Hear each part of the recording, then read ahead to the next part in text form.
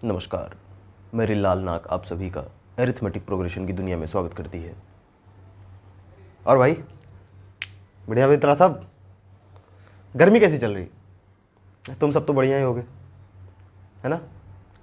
तो चलो देखते हैं, आज अपना नया चैप्टर स्टार्ट करते हैं, एरिथमेटिक प्रोग्रेशन।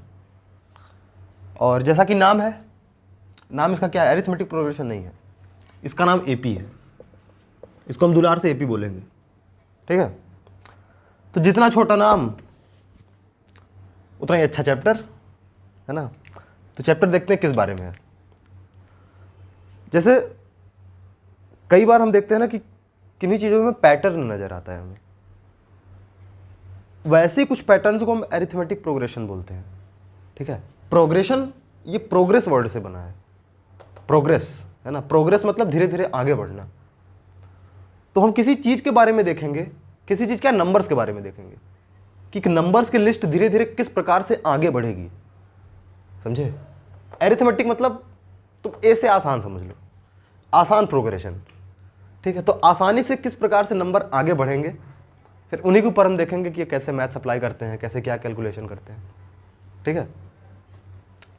तो पहले तो देखो, एक एग्जांपल देखते हैं, ठीक? जैसे मान लो कि तुम जब छोटे थे तो मम्मी ने सोचा कि जब तुम 1 साल के हुए तो मम्मी ने सोचा कि तुम्हारे लिए गुल्लक बनाते हैं, ठीक है? और उसमें 100 रुपये डाल देते हैं, और हर साल 50, जितना पिछले साल डाला था उससे 50 रुपये ज़्यादा डाला, समझ? मतलब जैसे तुम 1 साल के हुए तो मम्मी ने गुल्लक बनाया और उसमें 100 रुपये डाला, अगले साल 50 रुपये बढ़ा दिया, यानी कि 150 रुपये डाला। फिर जब तुम 3 साल के हुए तो फिर 50 रुपये बढ़ा दिया और 200 रुपये डाला, समझे? ऐसे करते करते आज तुम कितने साल के हो गए? 15, 16, 17 साल के हो गए तुम। तुमने सोचा कि ये मेरे गुल्लक में कितना पैसा होगा, ठीक है? तो अब क्या पूरा ऐसे जोड़ोगे क्या 20 बार लिख के? हमारी मैथ्स इसको काम को आसानी से कर देगी ना। और मान लो तुमको जानना है कि मान लो जब मैं 15 साल का था तो मेरे गुल्लक में कितना पैसा था, है ना? या जब मैं 20 साल का हो जाऊंगा तो कितना पैसा होगा, या मान लो कि 4000 रुपये कब होगा, ठीक है? ये सब जानने के लिए हमारा ये चैप्टर जरूरी है। और जैसा कि मैं बोलता हूं कि मैथ में हम किसी न किसी नेचुरल प्रॉब्लम को सॉल्व करते हैं, तो ये हमारी नेचुरल प्रॉब्लम है, इसी को सॉल्व करेंगे, ठीक है? तो जैसे इसको लिख के देखते हैं, है ना? जैसे 100, फिर 150।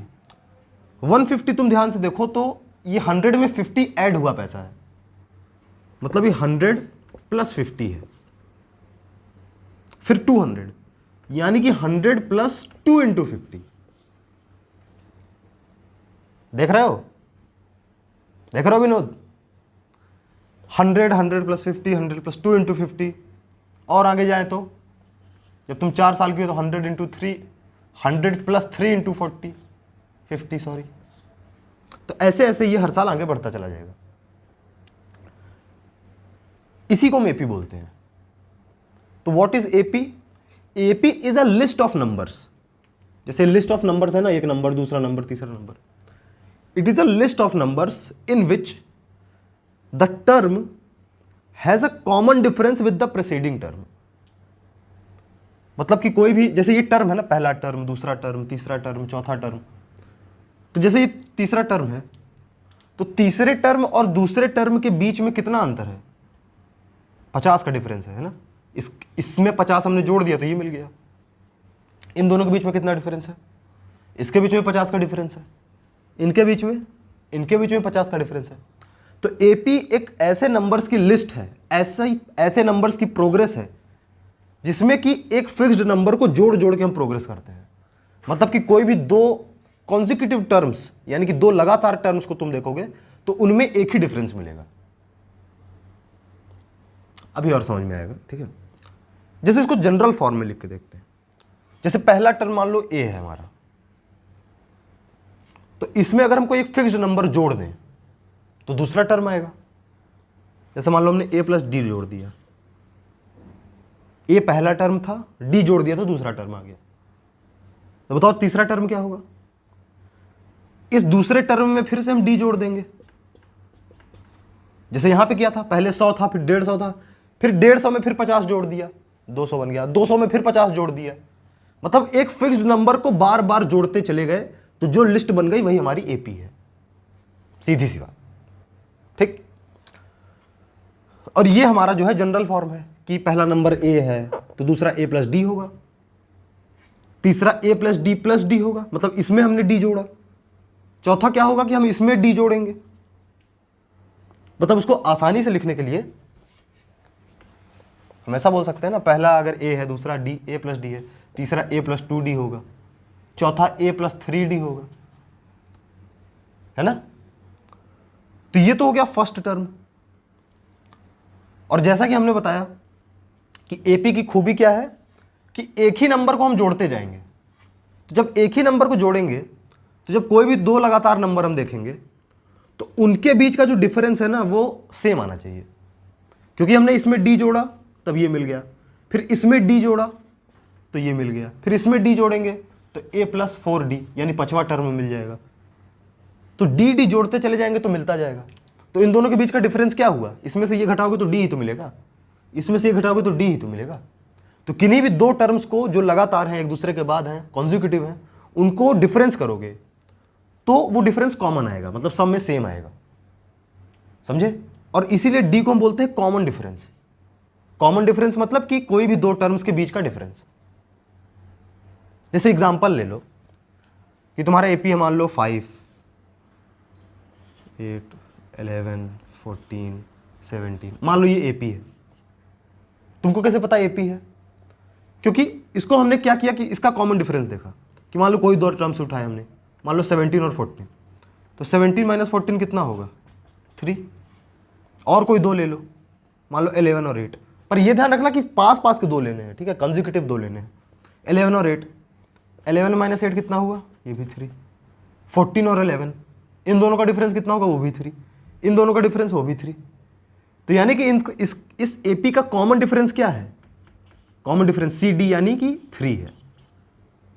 इसका मतलब कि पहले टर्म में हमने 3 जोड़ा तो 8 आ गया, फिर 8 में 3 जोड़ा तो 11 आ गया, फिर 11 में 3 जोड़ा तो 14 आ गया, 14 में 3 जोड़ा, मतलब एक नंबर पहले से था पहला टर्म, उसमें हम एक दूसरा नंबर जोड़ते चले गए बार बार, तो हमारी जो लिस्ट थी नंबर्स की वो आती चली गई और उसी को हमने एपी बोल दिया।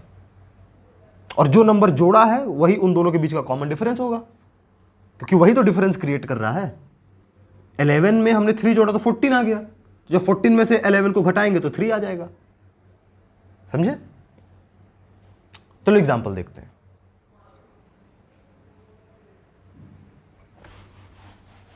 एपी समझ में आ गया ना, कि एक नंबर था उसमें हम बाकी नंबर्स एक नंबर में एक दूसरा नंबर हम कई बार जोड़े तो जो लिस्ट हमारी बन गई उसी को हमने एपी बोल दिया।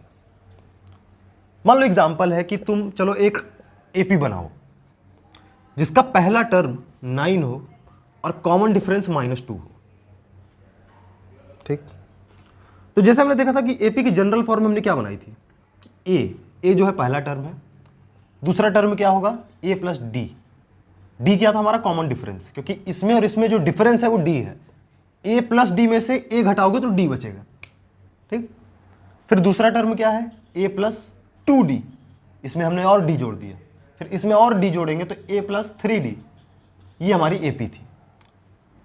तो पहला टर्म तो ए है, ए हमारा गिवन है पहला टर्म 9 और कॉमन डिफरेंस दिया है डी यानी कि -2 दिया है। तो पहला टर्म क्या होगा इस एपी का 9, दूसरा टर्म ए प्लस डी यानी कि 9 प्लस -2, -2 है ना कॉमन डिफरेंस, तो 9 प्लस -2 प्लस इंटू माइनस क्या होता है माइनस, यानी कि 9 -2, 9 - 2 कितना होगा 7, ठीक है। ये तो दूसरा टर्म हो गया। तीसरा टर्म क्या होगा, ये जो टर्म था इसमें हम डी जोड़ेंगे, ये टर्म हमारा कितना है 7 प्लस कॉमन डिफरेंस क्या है -2,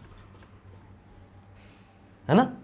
तो इसमें हमने डी जोड़ा तो अगला टर्म आ गया, ये कितना आएगा 7 - 2 5। और अच्छा देखो इससे भी देख सकते थे कि जो तीसरा टर्म है वो a प्लस 2d है।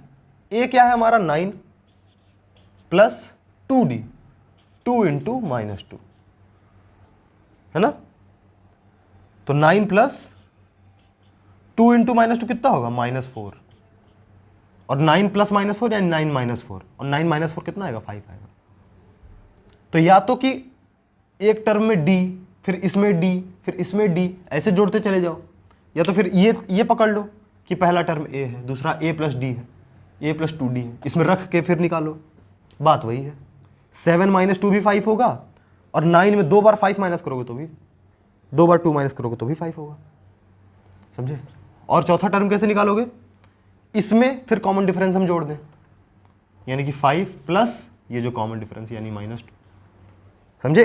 देखो हमने क्या किया, हमने इसमें -2 जोड़ा, फिर इसमें -2 जोड़ा, फिर इसमें -2 जोड़ा, मतलब हम 9 में -2 कई बार जोड़ते चले गए, ठीक। वो देखने में सब्ट्रैक्ट हो रहा है कि -2 इसमें मतलब 2 घट जा रहा है, पर हम -2 को ऐड कर रहे हैं, ये ध्यान रखना, ठीक। जब किसी भी एक फिक्स्ड नंबर में दूसरा फिक्स्ड नंबर जोड़ते चले जाए कंसेक्यूटिवली, तो जो लिस्ट बनती है नंबर्स की उसी को हम एपी अरिथमेटिक प्रोग्रेशन बोलते हैं। वैसा प्रोग्रेस अरिथमेटिक प्रोग्रेस है, अरिथमेटिक प्रोग्रेशन है। अब इसके अलग आगे टर्म्स तुम निकाल सकते हो ना, ये कितना आएगा, 3 आएगा, फिर 3 माइनस 2 यानी कि कितना आएगा, 1 आ जाएगा, फिर ऐसे ही आगे, फिर 1 माइनस 2 यानी कि -1 आएगा, एंड सो ऑन।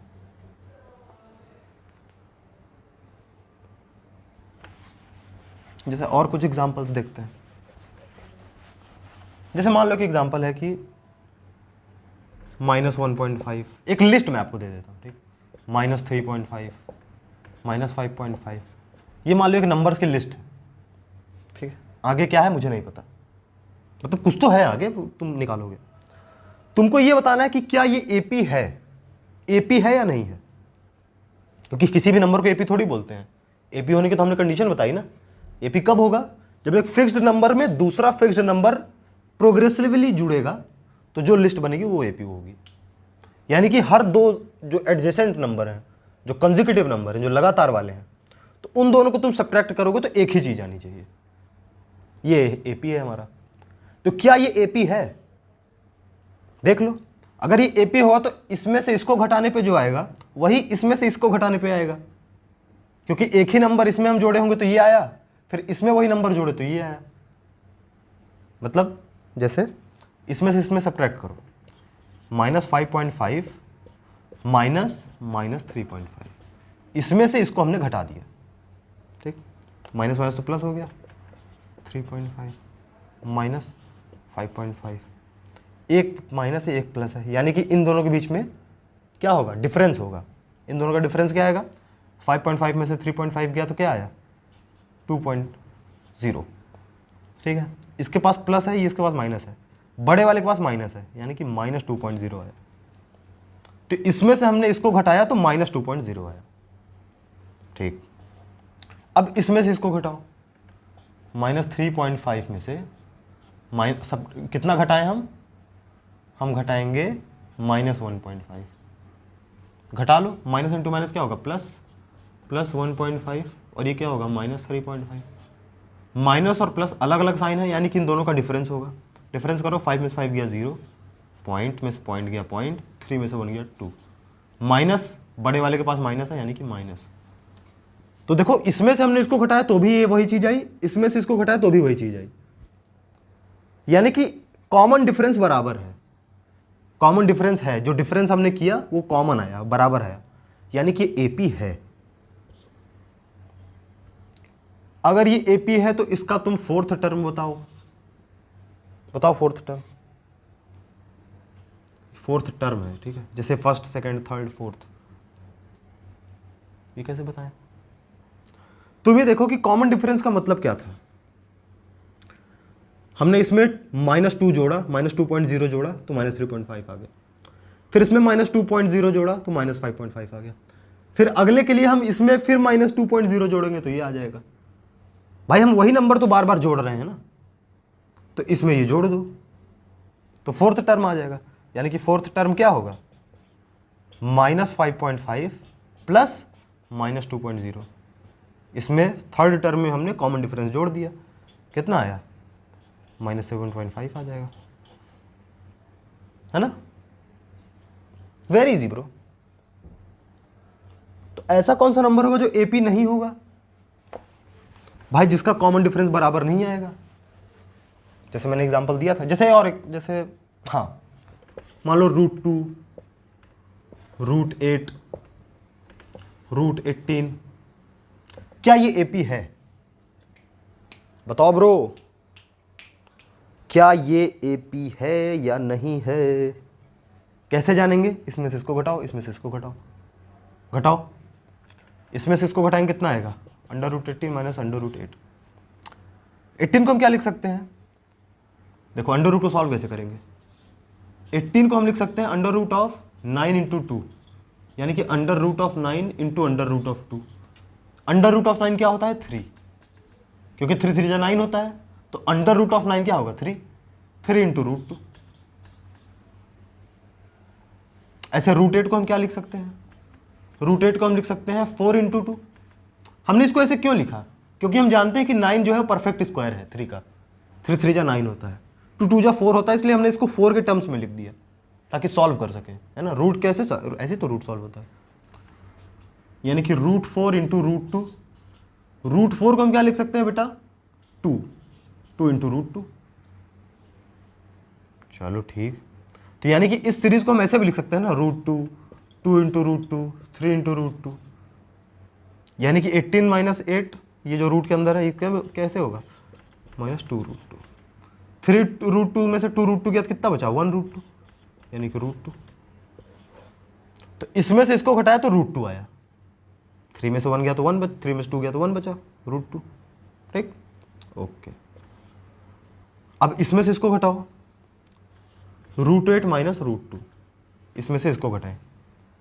√8 को हमने बोला 2 √2 माइनस, अब इसके आगे कुछ नहीं तो 1 तो मान ही सकते हैं, 1 इंटू √2। 2 में से 1 गया तो 1 √2, यानी कि हमने इसमें से इसको घटाया तो भी √2 आया, इसमें से इसको घटाया तो भी √2 आया, यानी कि ये भी एपी है। अब यार मैं तो इसको एपी नहीं बनाना चाहता था, चलो कोई बात नहीं, बन गया तो कोई बात नहीं। तो यानी कि जब कॉमन डिफरेंस बराबर आएगा तो एपी होगा, बस सीधी सी बात। और आगे कैसे होगा? जनरल फॉर्म से हम निकाल सकते हैं कि पहला ए है तो दूसरा a + d होगा, तीसरा a + 2d होगा, ऐसे आगे के टर्म्स हम निकाल सकते हैं। ठीक।